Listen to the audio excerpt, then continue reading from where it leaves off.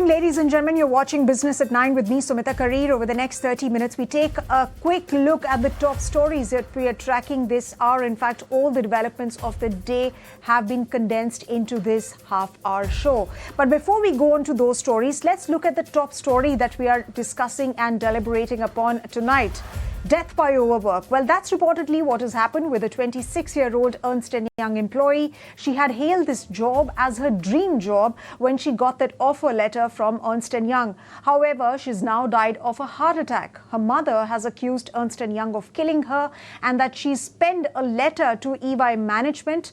She stated in that letter the relentless demands of her work, the glorification of overwork, unrealistic expectations that were foisted upon that little girl, that young girl. In fact, this incident, remember viewers, has led to a barrage of tweets, backlash against Ernst & Young and other corporates, and messages that have poured in for the deceased. In fact, many are now sharing their own stories of workplace exhaustion and toxicity. But Ernst & Young chairman says that he doesn't believe that work pressure killed her, given that there are around 1 lakh employees in the company who all work hard. And the latest update is that the centre has launched a probe in the matter and final outcome is awaited. But let's look at WHO statistics. In fact, long working hours have led to 7,45,000 deaths from stroke each year. In fact, each year that many deaths are being reported. So let's take that issue across to our guests who are joining us now. Amit Jain, the CEO of TeamLease, HCM, and Aarti Asrani, Master Neurolinguistic and Gestalt Therapist. Thank you very much, Aarti, and of course Amit, for joining us this evening. Let me come to you, Aarti, first. I mean, you know, anybody who's working in the private sector, they will tell you almost every office has a toxic work story. Almost everybody is overworked. There are no clear boundaries. And this has been normalized to a great extent. And life, I mean, I understand that it is about stress. Everybody has challenges, personal or otherwise, and personal accountability does come in. But this is a clear case of toxicity when you talk about young people actually claiming their own lives. So how many more deaths will have to happen? How many more people will have to kill themselves before India Inc. really realizes that it's a serious issue that's plaguing our companies, that's plaguing our youth and taking lives? So, Sumita, what I would like to say here is that it's important to know that our belief systems, our conditionings as we grow up is what forms our foundation, and it forms the way we begin to relate with this world. And it is very, very paramount for companies to begin to look at the work environment and their employees as a holistic and hospitable place. And they begin to address this, but it goes on for a time and then it fades out. And that's why it is very essential, even for the employees, to begin to take responsibility for their own well-being. It's self-care is no longer a luxury. It is actually a necessity. And so it begins here where we begin to redefine what success is actually for us. You know, what is negotiable, what is non-negotiable. It's about, like you said, we have to stop gratifying and glorifying hard work and make it more about doing better rather than doing more. It's also about knowing where we can step back for ourselves. You know, when you speak about the glorification of hard work, Aarti, Aarti, when you speak about the glorification of hard work, let me take that point across to Amit now and we'll come back to you in just a bit. Amit, so why is productivity equated with hard work or overwork, in fact? Is that concept somewhere rooted in mediocrity, perhaps, and which is what perhaps forces managers to make their staff overwork and be in office even when their work is finished? There are legacy beliefs at play here. You're absolutely right. There is no direct correlation. I guess amount of work or hard work is one input into it, but the other is obviously smart work. So I would say that it is the amount of time that you spend on working to meet your goals, but also what is the quality of the work that you put in to meet your goals. So essentially, productivity is a mix of both. And for leaders who believe that productivity is directly correlated only to the sheer amount of number of hours that you put in is obviously legacy thinking.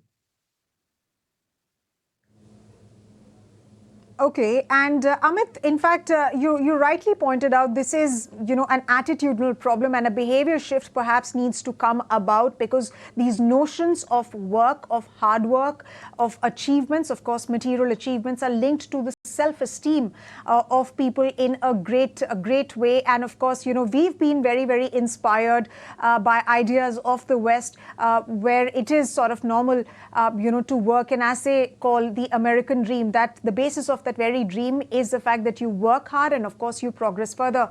But let me ask you one more question, Amit, and then we'll head over to Aarti. We've seen these past years, we've seen layoffs, especially during COVID, and which have happened more so in startups. Now, these are rooted in the fact that these are companies that actually hired people.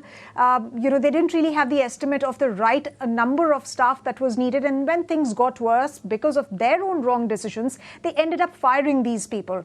And this definitely, in my opinion, in my belief, needs government intervention, whether it's about toxic policies or layoffs. So what kind of interventions, I want to understand from you, are needed by the government, and what kind of interventions can be put in place so as to discourage these sort of workplace practices, especially as far as these new age companies are concerned? I believe business estimates are always estimates. There is always an element of errors and risks to those estimates. They will go wrong. And when they go wrong, these kind of firings and layoffs will happen. I'm not sure how much of government intervention is the solution here. I think moments like these, this incident is moments which kind of force us to step back and reflect. And unfortunately, these often happen only when these incidents come into the picture. Ideally, what is required for organizations is to self-regulate. And clearly, there are organizations who really care about their employees need to continuously measure the health of the employees and their mindset at work. Look at the data and then decide what actions they need to take to improve the happiness and the job satisfaction and the overall life satisfaction factor for these employees. At the same time, I would also say there is some amount of obligation or requirement for the employees as well to look at life holistically, not make work the solo purpose of their life, and be ready to handle pressures of work, be able to learn how to manage expectations and stakeholders. Amit, when you mention about a holistic approach to work and work-life balance needs to come about, that needs a societal change, that needs an attitudinal shift, and that has to come all across. And, I'm very glad that Gen Z is looking at work very differently. They want to have a life, but they also want to devote a certain number of hours for their work, which they call as a productive. Aarti, let me come to you on that point.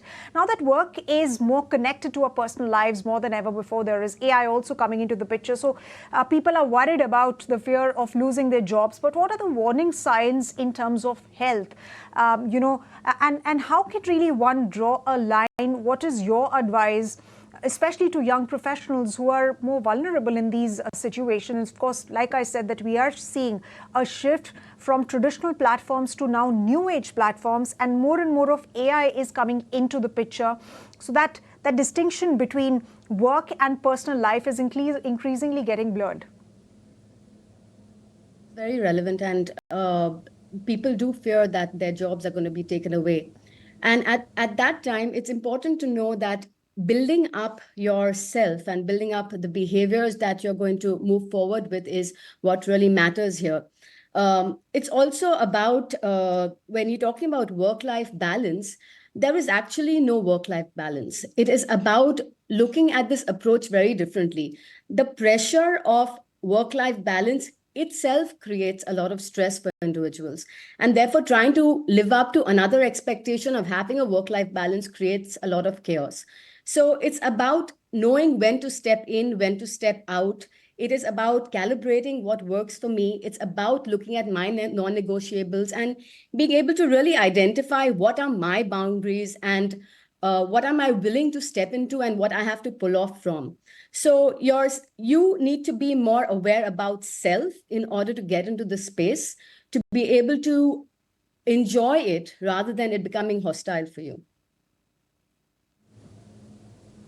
Right. So I want to understand from you, what are the warning signs in terms of health? So, for example, if a 20-year-old or 23-year-old person walks into, corporate life, what are the warning signals that one should be aware of that he or she should look out for? So a couple of warning signs would be if the person is eating well, are they exercising enough? Are they taking care? Are they enrolling themselves into activities such as yoga or meditation.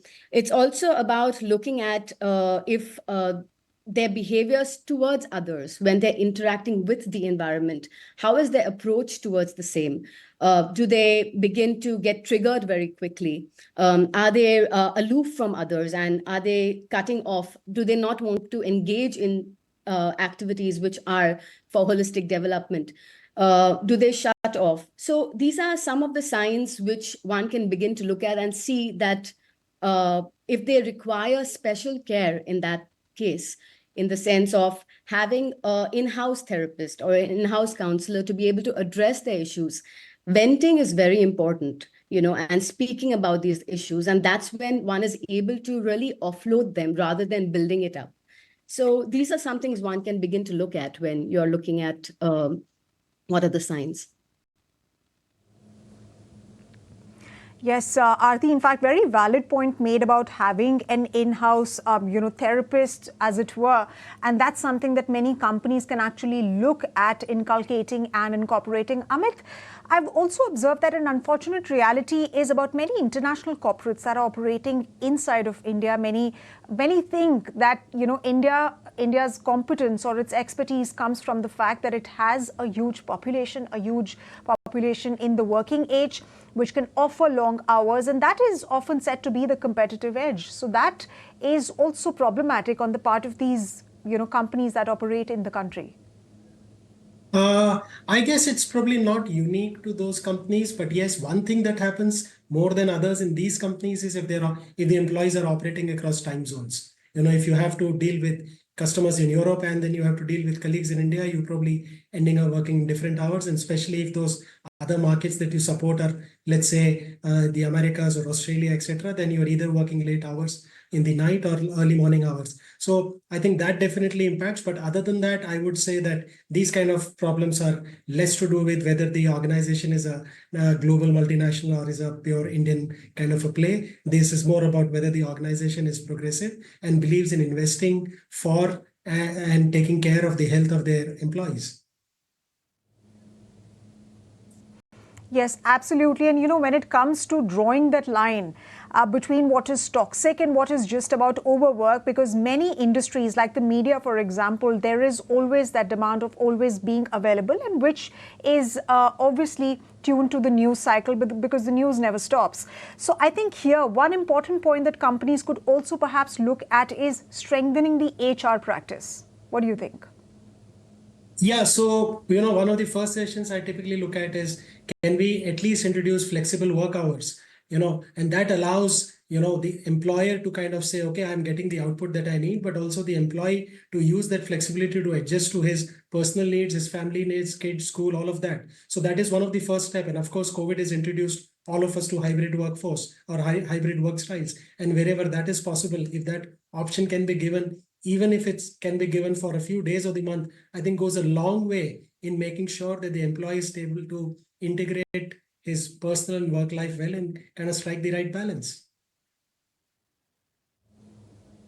Absolutely, and that really will lead to more productivity. Some people should be well rested for them to be able to turn up to work the next day and have that motivation going on. That note, thank you very much, Aarti and Amit, for sharing your thoughts on this crucial story. This is one story that we will be definitely closely tracking, and we do hope that the outrage that we're seeing on social media will not be forgotten tomorrow.